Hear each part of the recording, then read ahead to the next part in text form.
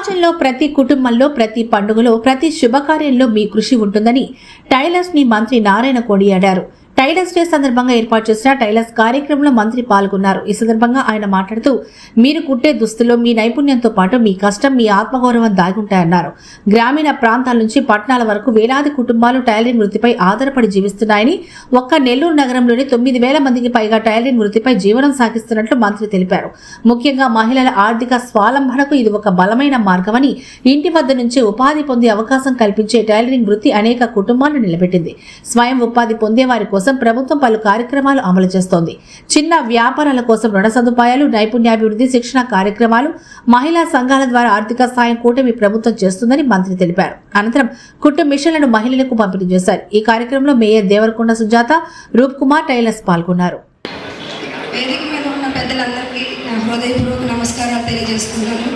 అలాగే మన నారాయణ సార్ గారికి చాలా థ్యాంక్స్ చెప్పుకుంటున్నాను. ఇంత మంచి ప్రోగ్రామ్కి తీసుకొచ్చినందుకు టైలర్స్ డే శుభాకాంక్షలు తెలియజేసుకుంటున్నాం.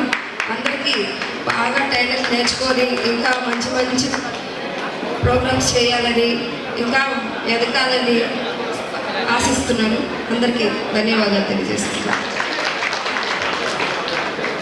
సార్ ఒకే ఒక మిషన్ చేతుల మీద చిత్తూరు అందరికీ నమస్కారాలు. టైలరింగ్ వర్కర్స్ వెల్ఫేర్ అసోసియేషన్ జిల్లా అధ్యక్షులు ఎన్ బాబు గారికి, నగర అధ్యక్షులు ఎస్కే గులాం ఖాదర్ గారికి, మరియు కమిటీ మెంబర్లకు,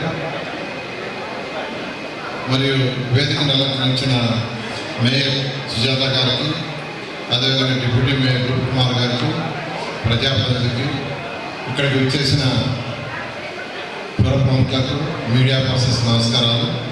ముందుగా టైలర్స్ డే సందర్భంగా ఈ యొక్క అసోసియేషన్లో ఉన్న ప్రతి ఒక్కరికి, ప్రతి టైలర్కి నా యొక్క శుభాకాంక్షలు. చాలా సంతోషం. గతం నుంచి నన్ను ఒకటి అడుగుతున్నారు, ఇప్పుడు కూడా మీరు అడిగేది ఒక టెక్నిక్ అడగట్లా. అది అసోసియేషన్కి ఒక ఆఫీస్ కావాలని, మీలాగానే అనేక, అంటే టైలర్స్ కాదు, అనేక డిఫరెంట్ అసోసియేషన్స్ అడుగుతున్నారు. దానికి ఏం చేయాలనే విధంగా ఆలోచిస్తున్నాను. అంటే కొన్ని సమస్యలు కూడా వచ్చినాయి. అంటే సుప్రీంకోర్టు ఒక డైరెక్షన్ రీసెంట్గా ఇచ్చింది, మీరు ఇష్టం వచ్చినట్టు స్థలాలు ఇవ్వడానికి లేదని. హైదరాబాద్లో ప్రజాప్రతినిధి ఇస్తే దాన్ని క్యాన్సిల్ కూడా చేసింది.